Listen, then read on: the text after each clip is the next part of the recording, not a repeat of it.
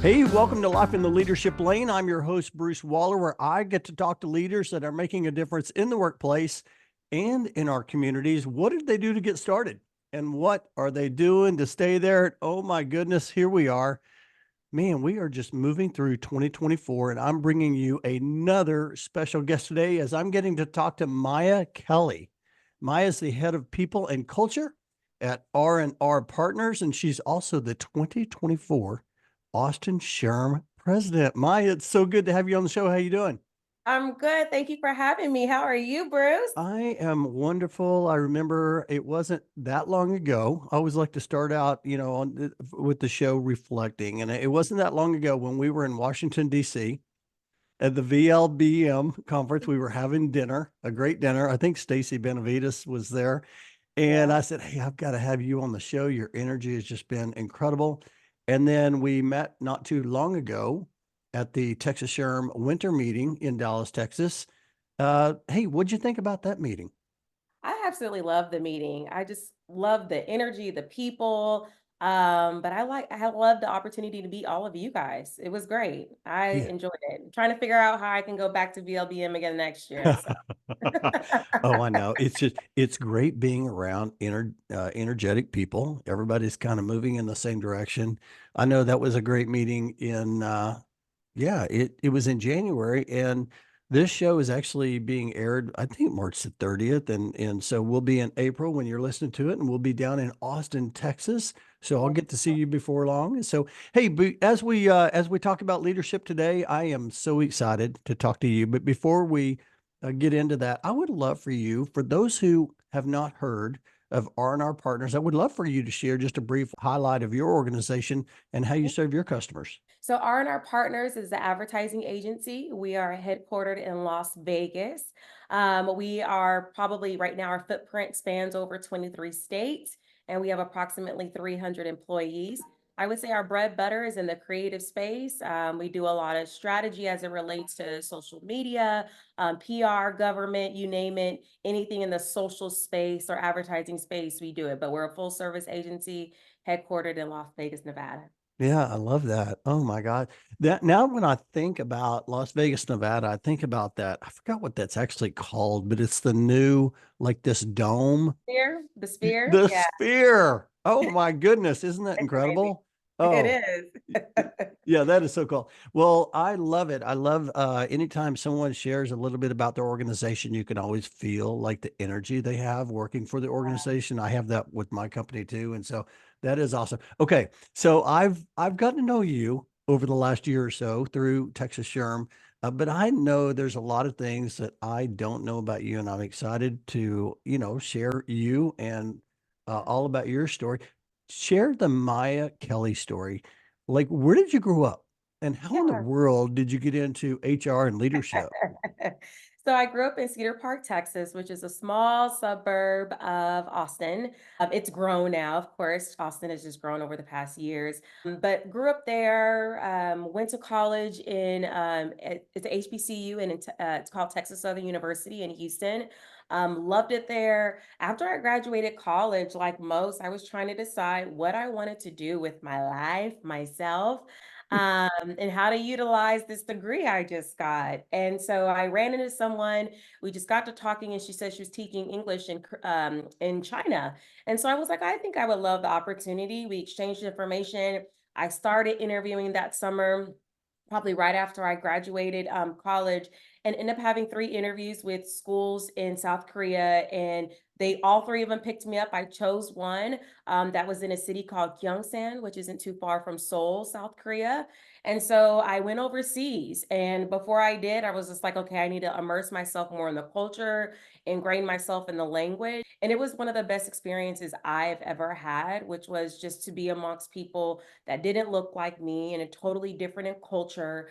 And got to see a lot of things that they do as traditions. But it was great. The people were absolutely wonderful. So after I left Korea, because I was dying to get back home, I didn't come home often. I thought I wanted to be a teacher. And at that point in time, there was a big, like, teachers were being laid off. I don't know how you can imagine teachers being laid off, but there was a time where teachers being laid off in Austin. And I was just like, there's no way I can compete in this market. I haven't taught, in the US. I'm competing with these teachers. And I was like, well, let me just walk into Apple One and see what, they can help me land a job. And as I was sitting there talking across the desk from someone, they're like, have you ever thought about recruiting? And I was like, no, I haven't. And so the conversation started from there, and I immediately found my home, just one, being personable with folks, but two, I just love the fact that I got to help them land their next job. And then I started to get the sense of, what happens 3 years from now? Where's John Doe now? Like, did he, I know he got that job, but has he been promoted? I felt like I wanted to Mm, be a part of their life cycle experiences mm, at the organization. And so I got actually into HR. And one of those roles, my first role, like, actually as a people partner, was with Angela Shaw. I was their overnight generalist. And that's how I really segued into the actual business people partner role. And then left there, remained in tech. After tech, went to couple of other industries like intellectual property. And then when my kids were getting old, Bruce, I honestly decided that maybe mom working in tech wasn't the greatest idea, because I mm, was probably working 7 days a week, long hours. And I remember us eating dinner and my daughter's talking, and I have my laptop at the table. And my daughter's like, Mom, did you hear what I just said? And I'm like, yeah, I heard what you said. And she's like, what did mm, I say? And I was like, I don't know. And so she's like, you always do this. And it was that moment that I realized I had to leave tech. So I got into public accounting. There is a firm in Austin called Holtzman Partners that was recently acquired by Armanino a couple of years ago, but I absolutely love them. They allowed me to really allow my be there for my kids and kind of watch them mm, grow up and go off to college. And during the pandemic, like most people, I started to get the itch, like, what is it? What are my hobbies? What am I going to do with myself? mm, And so Angela's like, well, I think it's time for you to join Austin SHRM. And I was already a part of the chapter, but I wasn't on the board at all. And that was largely due to my commitment to being a parent, mm, and already feeling like I was pulling on my children, working at a tech organization. So really had an opportunity to become more involved with Austin SHRM. While I was getting ramped up with Austin SHRM, I got a call from someone that I took my certification with through Austin SHRM in 2014. And she's like, Maya, we're looking for a head of people. And I was like, nah, I'm good. I love where I'm at. And then Bruce, like 2 weeks later, my boss was like, we're getting acquired by a company that's 12,000 people, and we were like 120 people, mm, centralized in Austin. And I knew that that wasn't what I wanted. mm, So the person that used to be on my team 3 years ago, I was like, well, let's just start the conversation.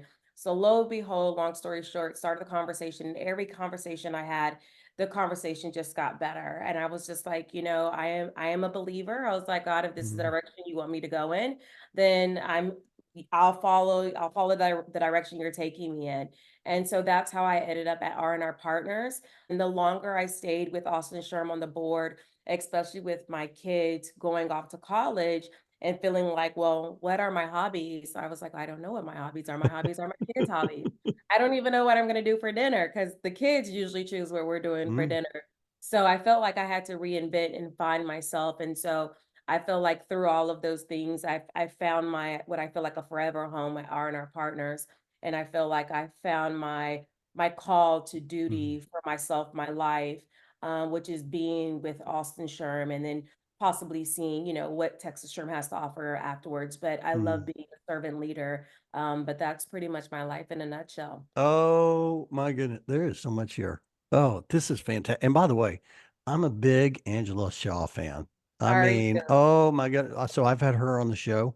I've had other Austin SHRM presidents on the show as well, Lisa and Brian and others. And I think I mentioned to you before also Odette Pierre. I'm actually getting to mentor her in the Texas SHRM Leaders Program.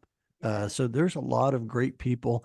Man, okay. So first thing I want to ask you is this, like, okay, I know when friends say, "Hey, do you want to come try this?" and how they can be influential, but to go all the way to South Korea, I mean, was that, like, daunting or exciting? Can you go back, like, in your mind, like, because I feel like a lot of times we want to do things, but we can't quite, Mhm. we can't quite get there, but yet you took the leap. Like, was that do you remember? Was that daunting? It was, it was. It was like I'm going to another country where it's like Maya, their language is totally different than it's not like you can fumble over your words. You Yeah. either know it or you don't. But honestly, it was the support of my mother. I was just like, Mm. Mom, this is what I want to do. What do you think? And she's just like, go. Oh, And man. she was just like, it's a once in a lifetime experience. And I think for me, that was the only validation and support that I felt like I Mm. needed in that moment to where it's just like, after that, I was just so excited to have the experience and I welcomed all the challenges and adversity that came with that. Mm. But yeah, on the flight, I ended up thinking, like, Maya, you're really doing this. And then after the flight, they took you from a bus to where I had to go. And I'm like, I'm really going far away from home. Like, I couldn't tell anyone how to get to me. Mm. But it was the best experience that I've ever had. And I Yeah. wouldn't change a thing. Yeah, usually the best experiences are when I always talk about peaks and valleys when you're kinda in that valley, and that valley is the learning It area, is. right? That's where you're learning, that's where you're growing, and, people will always talk about that's where I learned the most. And then, of course, we never know, like, during our career, as we're trying to find our lane, I mean, you went from, "Hey, I'm gonna be a teacher," to, "Oh, wait a minute, I'm gonna be a recruiter," to, "Oh, wait a minute, I want to take all of the things that I've learned and I want to help people as a head of HR. And I just love all of that. Hey, I do want to ask you though. Okay, so here you are, you're head of people in your organization and culture.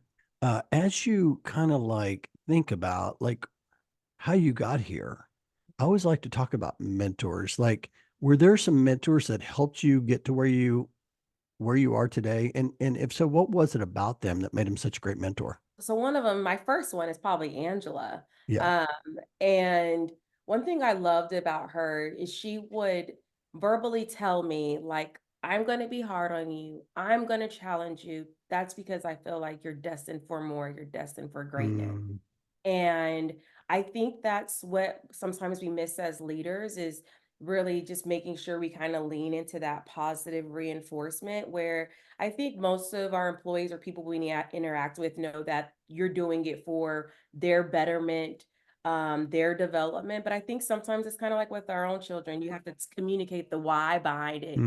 mm, Got this. But yeah, we got some things to work on. And I just loved how Angela kind of took me under her wing and not in a coddling way. It was like, I'm going to push you. You may not like the shove, the push, but it's to make you better. And I really thrived in that type of environment. mm. So I had Angela. Then when I went into tech, it was totally different from, I guess you would call, liquidation channel or kind of QVC, like the online retail store. So Mm, from that sector to tech and understanding tech stacks was very different. So when I got in there was a guy named Jordan Fisher who's still at E2 Open. But I would meet with all of my VPs and just kind of talk about, what was happening, things in their world.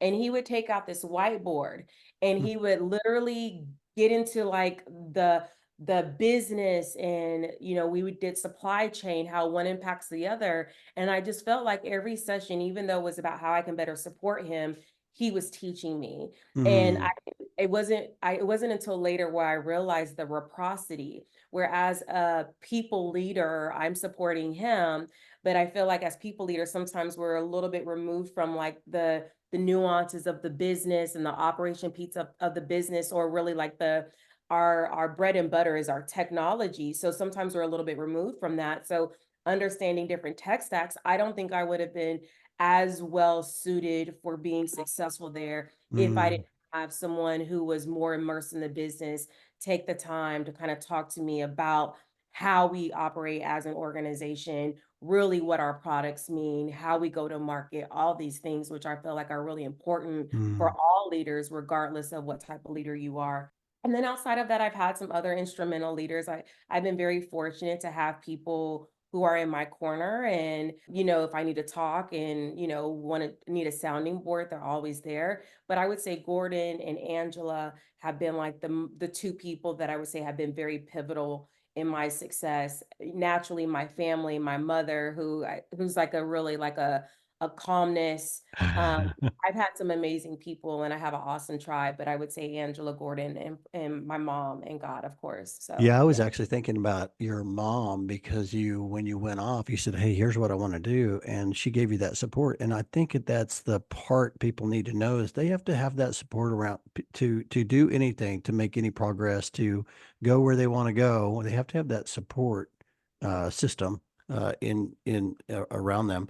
I love how you also talked earlier about wanting to be like part of the employee life cycle. That Mhm. like that, I hadn't really heard of it that way, it framed up like that. I love that. What is it about that? Like you were talking about, hey, I'm recruiting, but now I'm in a role where I can like, okay, we can recruit and we can take them all the way through. Like, where does that come from? You know, I would love to say that parenthood, Mm, motherhood. I, I yeah.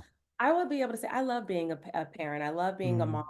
I love being able to say, and I feel like that goes into my leadership style and my desire to want to kind of see people experience all these things in their life cycle because it's just like, what did you use with the stuff that I gave you? How have you repurposed my knowledge or the feedback or the recommendations I've given you, and what does that look like for you 3 or 4 years from now? When you meet people, you're like, and I'm sure you've met people, Bruce, you're like, that person's going to be something one day. oh Like, yeah.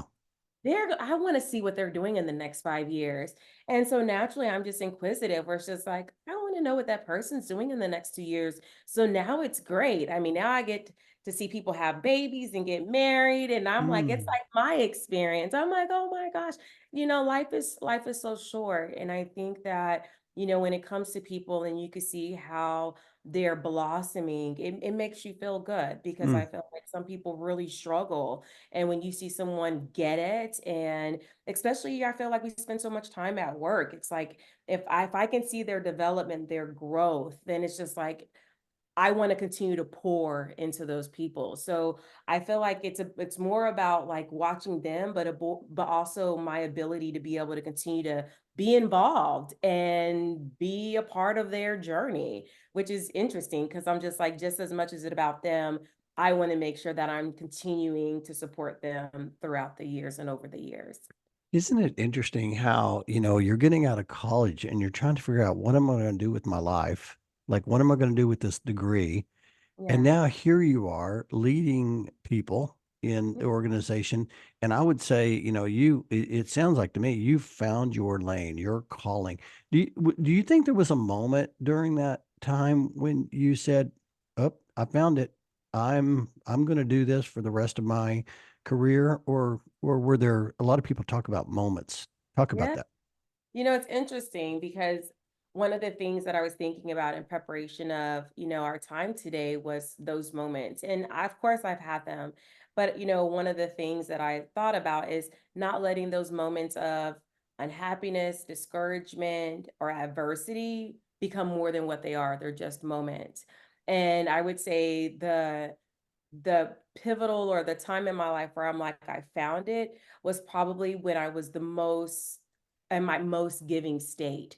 And that was probably when I had always motherhood, but when I was doing Austin SHRM and work, I really understood like because when you're a volunteer leader on in a volunteer board in a role that requires a lot of you, you're not getting paid for it. But then it's like you really see how much you desire servant leadership or volunteer leadership when it's like, hey, you're gonna get as much out of it as you put into it. And so then I really realized I love this. Like I'm not getting a pat on the back. Like at the end of the day, you're volunteering. It's like you're going to show up or you're not. And I feel like I showed up even more because it was something that I realized was a passion of mine and something that I wasn't being asked to do. So I feel like volunteering has been the gate opener or the eye opener where I'm Mm. able to tell myself, or where it was like the epiphany of I'm where I'm at. I'm where I need to be. Servant leadership in all capacities it's my lane. It's the hardest lane ever, but it's my lane. It is. I mean, there's definitely a commitment, right? It I is mean, when you just, commitment. Yeah, when you decide, hey, I'm going to go down this lane, oh, and that lane, you're fully committed. This is so good. I love that. I've got a full page of notes here. I love how you talked about. Uh, I found my most fulfillment when I was in my most giving state. Like Mhm. that is like powerful because I talk to a lot of people, and I know you do too, where they're like, "Oh, I see you're doing all these things. I just don't have time for that." And, people that are in that giving state, they just carve out time because they just see the importance of that and the purpose in that and all of that. And so I love that. I definitely want to get into some of your volunteer leadership. I do want to ask you though, I like to ask my guests when I have them on the show, if someone said, "Hey Maya, what's leadership to you?" How would you respond to that? We just talked about this servant leadership. I think it's all about inspiring, empowering, and helping people become their better selves. I think my thought of leadership is what can I do for you? How can I get you where you need to be? How can I support you? But I also think when I think of leadership as a support mechanism, I also think of it as a guiding principle for myself. Am I Mhm. emulating? Am I walking the life? Like, am I doing the things as a leader where if someone was just watching me and not listening to me, they can emulate the same things and be successful. So I think it's leadership is a call to action for myself, but also how I want to support and develop other people. Yeah, that's so good. I always talk about the one of the things we can all do is we can all show the way, we can model the way. I think John Maxwell, he always talks about leaders know the way, they go the way, and they show the way. Mm, And when you show the way, you're basically just saying, hey, here's how I do it. Maybe you can take something from that and apply it and you do it your way. That's so good. I love that. Hey, I do want to ask you one of the questions I like to ask my guests too is, it's all about peaks and valleys, mm, and we all have experienced great success, and we experience challenges too. Is yeah. there any challenges that you see that you're facing? I don't know. You don't have to share all of them. I'm sure there are quite a few, like we all have, but maybe a challenge that you're facing in your role. I would say a challenge that we're facing in our role, R&R used to be an organization where everyone was together. Mm, And then during the pandemic, the footprint expanded, rightfully so. We start focusing on talent instead of geographical locations where the candidate or the employee sat. With that being said, I think one of the things that we're still working on is connectivity. How do mm, we stay just as connected and engaged with a distributed workforce and one that continues to expand? As I mentioned earlier, in talking about R&R Partners, we're in 23 states. So we're in quite a few states that span from the East to the West Coast. So I would say engagement. And then um, to just again cultivating an environment of connectivity. How do you stay connected?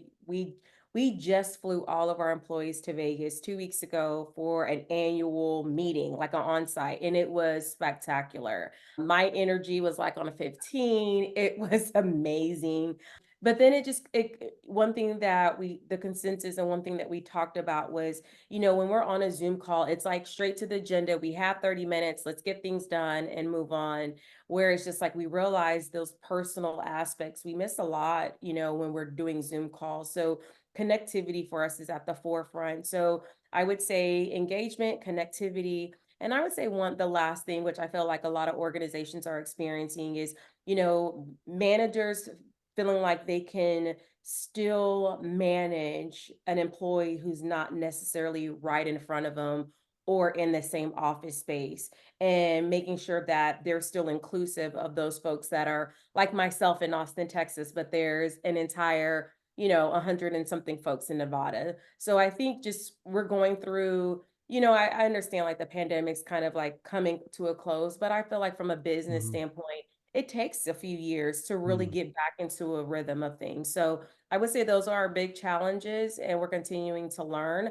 But I feel like there are challenges that other companies are still having, and what makes the most sense. Are we hybrid? Are we fully remote? Or are we, all virtual? So I think we're still figuring those pieces out. Yeah, I mean, it's just like anything else. I've heard people talk about how purpose is fluid. I feel like Mhm. finding your lane can be fluid too. So, hey, we were in our lane, then the pandemic came. Now we're trying to find our lane again. And I think a lot of companies. I love though how you said we had a meeting and it was spectacular. very energizing. When people use words like that, it's like, oh man, that was a great meeting. That sounds like Texas SHRM meetings or Austin SHRM meetings because you're Oh, getting together and yes. you're like, it's like you're doing life together, isn't it? I do want to talk about your, I don't know, your role at Austin SHRM. I mean, here you are, you're the president. Like, what's that been like so far? I mean, you've been through the first 3 months of it. You've been a year of preparing for it. How's that going for you? It's going great. It's actually really fun, to be honest with you. It's kind of like that spectacular event we just had with all of our employees together. Mm, I'm just like, wow, as the president, I'm just meeting everyone that I can. There's probably not a conversation that I don't have where I don't ask someone, are you members of Austin SHRM? And they're like, no, I'm not. And then I start talking to them because I think sometimes people think that only HR folks can be a part of Austin SHRM. And yeah. so really kind of speaking to them about the value about joining, Austin SHRM. But it's been wonderful. Like I'm looking forward to our first happy hour later this month. Hmm. We have several new people that are joined the board, so I feel like they're still getting in their rhythm. But I'm really excited. I've been on the board 5 years. A lot of the folks came back, because I was like, hey, I'm president. I need you to come back. And they're like, I'm coming back. I'm getting No people. rolling off until I No roll. rolling off, no rolling off. Or if they roll back off, Yeah. rolling back on. To me, I feel like servant leadership, volunteer leadership doesn't stop. Take a Yeah. break, Yeah. whatever you have going on. But to me, I feel like volunteer leadership is ingrained in you. You either love it or you don't. And so I feel like the first 3 months have been like with anything new, it takes a while to kind of get your footing. But I'm rocking it out, and I have again that great support system. We talked about Angela Shaw. Not only is she my mentor, she's also a previous Austin SHRM president. So I've just been very fortunate. And as a part of the leaders program that I'm participating in, I have Jimmy Taylor, and it's just been so amazing to have him. So the first few months have been great. The next few months are going to be even better. I'm excited for what's to come. You also have the state director in your area too, This also is past true. president, Roseanne Garza. How could I forget her? Oh my God. Who's right in the city. She's Exactly. also she's also been a guest on the show. Hey, I do want to ask you this question though, because there are some listeners here. You said something I thought was interesting. You said, hey, a lot of people think that Austin SHRM or local SHRM chapters are only for HR people, but Mhm. yet they're really for anyone in business. They can learn so much, they can network. I want to ask you, what do you typically share why people should be part of Austin SHRM? What are your Yeah, thoughts on that? you know what? Interesting that you asked that. I kind of start with a reverse play where I'm like, what is it that you need? Like, because I Mm, want to make sure that it's not my spill or my pitch is not a sell tactic. At the end of the day, it's trying to find a resource that meets their needs. But if I go in straight telling them about Austin SHRM, I don't really understand their needs. So it's like, what is it that you're looking for? And it's interesting because Roseanne said she met someone who was at Whole Foods. She got us connected. I met with his name is Tom early last week, and I'm like, talk to me. What is it? What piques your interest about the local SHRM chapter? And they talked about connectivity, and I thought that was interesting because Whole Foods mm, is so big. And they're just like a lot when you're this big and our size, you lean more on each other. But it would be nice to have additional resources. And we would love to get involved and kind of talk about what we're doing. So then I started to see reciprocity, things that they're so big, they don't necessarily need, what maybe John Doe is doing down the street at the startup company, but maybe the resources are shared where it's just like, I'm doing this and it's in-house, and maybe you can, create the same and repurpose it for your organization. So we're just kind of talking a different ways. So really my pitch comes down to what are their needs? mm. Is it really a good fit? Because I want to make sure that they don't join and then it just stops there. I want to see, do you want to get involved? Where does your interest lie? Then I start talking about all of our committees, and then I share with them my experience. Like I'm not just, yes, I'm the president this year, but my participation on the board started in 2019, and I think Mm. it's it's good for people to know how long you've been on the board. I think it's like tenured at a company. When they feel like a culture is good is when you see employees who've been there a long time and when you feel like they're still engaging, they're still investing.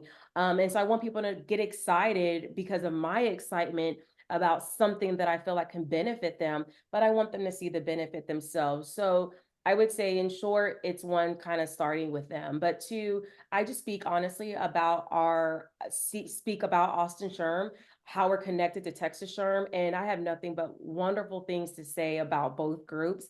I think, as a part of Austin SHRM and even Texas SHRM or even Dallas HR, there are so many wonderful people that I feel like I have met over the years that will be forever a part of my life, and I'm forever grateful for that. And I think just even saying that without really talking it too much in depth about Austin SHRM, people want to feel that. They want to feel Mm, involved. They want that connectivity because guess what? Just like many of us, a lot of us are remote. We may be a part of these big companies, but you know what? If Austin SHRM is having something 15 minutes away and Maya is giving me all this energy, why not go? It could be the best decision ever. So I think it's just trying to meet people where they're at, but I try to listen first before telling them about who we are because they're gonna be bought in. We're awesome. We're the best thing ever. I want to ask you. I love all of this, by the way. It sounds to me like your recruiting skills have served you well as the president because you come in and you're like, hey, how can I help you? Like that's where you start. In sales, I heard him talking about you don't just come in and spill the candy, right? You need to learn about the person and what they're Yeah. looking for, and then try to help them.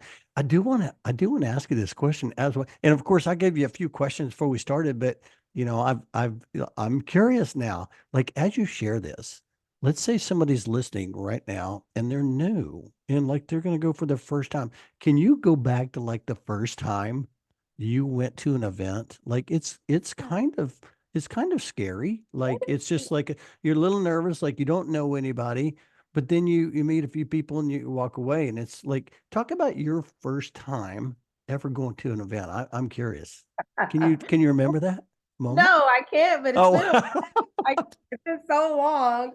But I mean, don't get me wrong. I feel like when you walk up to a group of people you don't know, it can be yeah, daunting. yeah. I think my biggest thing is, I even now, if I were to walk up to a group that I would didn't know, usually I just start having conversation with someone if I'm getting something to eat or a drink. And I feel like just naturally starting up conversations. It's funny, Odette has a tactic that I absolutely loved. And I saw her do it 2 years ago, where someone's new and they're kind of standing by themselves, and she'll be like, you know what? You follow me. And as she's walking in the room, she is introducing the person to different people. And so that's one thing we said we're going to do it as at our next happy hour or our first happy hour this year is that every board member has to find someone that looks new and that basically they take that person, introduce them to everyone. But I just loved how Odette did that. And Mm, I don't recall my first time, but I can imagine, with 100 people at a networking or a happy hour event, you kind of don't know where to start, right? And mm. the size, but luckily I feel like people are so very friendly. It really just takes one person and you're like, you know what? Are you going to the next happy hour? Sally. And Sally's like, yeah, I'm like, perfect. At least I know one person. And then it just starts from there. Yeah, everybody needs an Odette in their life, don't they? Where she's just like, "Hey, let me help you get to where you need to go." I was actually thinking about this too, and that is Austin Sherm has had incredible people involved in the organization. I was thinking about the HR Volunteer Leader of the Year last year was Caitlin Vickers. She was from your chapter as well, or is from your chapter as well, right? Yeah, she is. She's our current secretary. Yeah, Yeah, she's pretty amazing too. Oh man, I love all that. Hey, let me ask you this. You're pretty driven. Where, I where do think so. where does that come from? At first I was going to say my family and everything else, but honestly, I feel like I'm just a giver. And I feel like making an impact, to be Mm, honest with you. I think if I can I've had people tell me over the years, like, Maya, this meant so much to me, or Maya, thank you so much for your time, or Maya, I didn't realize I needed that. And that to me gives me my gratification and mm. my momentum and my energy is just to be kind and to help other people. I feel like that goes such a long way. But I think it stems from that, I think, and then a lot of things stem from being a mother, Mhm, it's like when you plant a seed and you continue to water it and you watch mhm, it bloom. My mhm, momentum is kind of doing anything, whether it's my motherhood, Austin SHRM, or being the head of people, is pouring into something and watching it bloom. That is probably the best analogy to use, because that is what it's like. Just waiting, like it's gonna blossom. It's gonna blossom. Like here's a leaf coming. So I That's a think, great analogy. I actually heard someone, I can't remember exactly what kind of tree this was. They were talking about how some trees you got to keep watering and they don't do anything. You can't see anything for like several years. And then all of a sudden they grow to be 200 feet in the air. And I'm yeah, like, oh man, you just, and that just goes back to that purpose, right? You have that purpose. And sometimes and I was just talking about this the other day. Sometimes you can't see it because you're around some people for a very short time, and then all of a sudden, but some people you can see it. Like you continue to pour into them, right? right, Like for example, my kids, I get to see it. I mean, my yeah. son, I was just talking to him, and several years later, I get to see, some of the outcome, and it's really cool. But there's other times though you pour into people, and you'll never know, but you do it because it's your purpose, right? Yeah. Yeah, Yeah. yeah. It's so good. Oh my gosh. Uh, Hey, last thing I want to mention before I pivot here is I just finished publishing my book, Drive with Purpose. And I talk about how we can move our careers from success to significance. And really what I'm hoping for people to see is that it doesn't matter what role you play in any company, you mm, you are you can create significance. So if somebody, I don't know, if somebody asked you about significance, like what does that mean to you? Or do you see anyone around you that are creating significance? Yeah, so, I thought about this too, because I'm like, success to significance. And I feel like success can be obtainable, but significance means impact. Mm, And, I think of being an impressionable leader, having, we talked about what is leadership to me, being able to empower and to inspire. To me, that's a part of significance. When you move it from success to significance, I feel like your purpose is different. mm, And the focus is different, and maybe sometimes even the drive behind it. But to me, I feel like my significance is more about my legacy. My significance is more about my purpose and what I would like to do mm, on a daily basis. And all of that really stems back to being a good leader, to being a good person, to being a good contributor. We talk about continuing to water that seed. I'm a planted seed. I mm. think we should all think of ourselves when we think of significance as a planted seed, that we're still having to water. So that drive, we're still pouring into ourselves. So that's what I think of when I think of significance, is the ability to make an impact, the ability to leave a good legacy, and also making sure that we don't forget ourselves. We have to make sure that we're continuously pouring in ourselves. So I like to, when I think of things, Bruce, have a call to action for myself, because I feel like we look and it's always outward, outward, outward. And I think some of that self-care is all about what we pour into ourselves. So yeah, that would That's so be. good. Oh my goodness. I love all of that. I was actually thinking about how sometimes it's easier to see someone else having Mm, significance, but yet you don't realize you're having incredible significance. So that's what you just said. Sometimes you got to take back, take a look at yourself inside, just really reflect on how you could really serve people and, and just create that. That is so good. I love that. Okay. You've given a lot of incredible advice today, but I do like to ask this question. Has there ever been anyone that's given you any advice? I don't know. Maybe it was from your family. Maybe it was from the workplace, but it was just so good. You just find yourself sharing that with others. I would say kind of like what I talked about, like if I were to, like we talked about those moments, to not let moments take up my day, take up my Mm, week, take up my month. I feel like I have high emotional intelligence. So I'm oftentimes thinking about or processing or seeking better to understand. Again, we talk about me having mm. to call to action to myself. And so sometimes I can kind of harp at maybe something a little bit too long if it's just like, man, it's really weighing on me. But honestly, Bruce, I feel like that's what also distinguishes me from I feel like a few leaders is that deep thought of how am I being perceived? How am I coming across? And but I feel like on those days where it's just like I'm just not having it's just nothing's working out for me today. I think sometimes I hold on to that a little bit longer, but just a reminder to give myself grace. So I think one thing that I would just tell people is give yourself grace. You know, Mm. what happened today on a Monday doesn't need to, carry on through the end of the week. So just trying to make sure that we give ourselves grace. Um, I think that would be the biggest thing, giving myself grace. I was listening to a podcast recently, and Deion Sanders, head coach of the Colorado Buffaloes, was on, and they asked him if he ever has bad days. He said, "No, I never have bad days, but I have bad moments, At and I have moments. bad hours, but not Yeah. bad days." And I was just like, that was powerful to me. I immediately sent that out to some different people. I was like, it's about moments. And that's what you were talking about just now. And I just loved all that. Hey, I want to shift over to it's time to accelerate. I want to ask you a few fun questions. Here we are, 2024. What are you looking forward to in the new year? I think you mentioned one of the things is your Austin SHRM events coming up as well. Yeah, so I'm excited about that. Texas SHRM, we're getting together in Austin, so I'm Mhm. excited to see everybody here in Austin, Texas next month. Work-wise, things are just going great. You know, we Yeah. rolled out professional development for the first time, which is performance management last Mm. year. So this year we're doing a lot of great things. It's just an exciting year. I'm participating in this leaders program with Texas SHRM. And to be very honest with you, I haven't participated in a training opportunity at my level in quite some time. And so Mm. it probably since before the pandemic. And so it feels good. So I'm just excited about a lot of things with Austin Sherm, things at work. We're making a lot of headway. Personal life, things are great.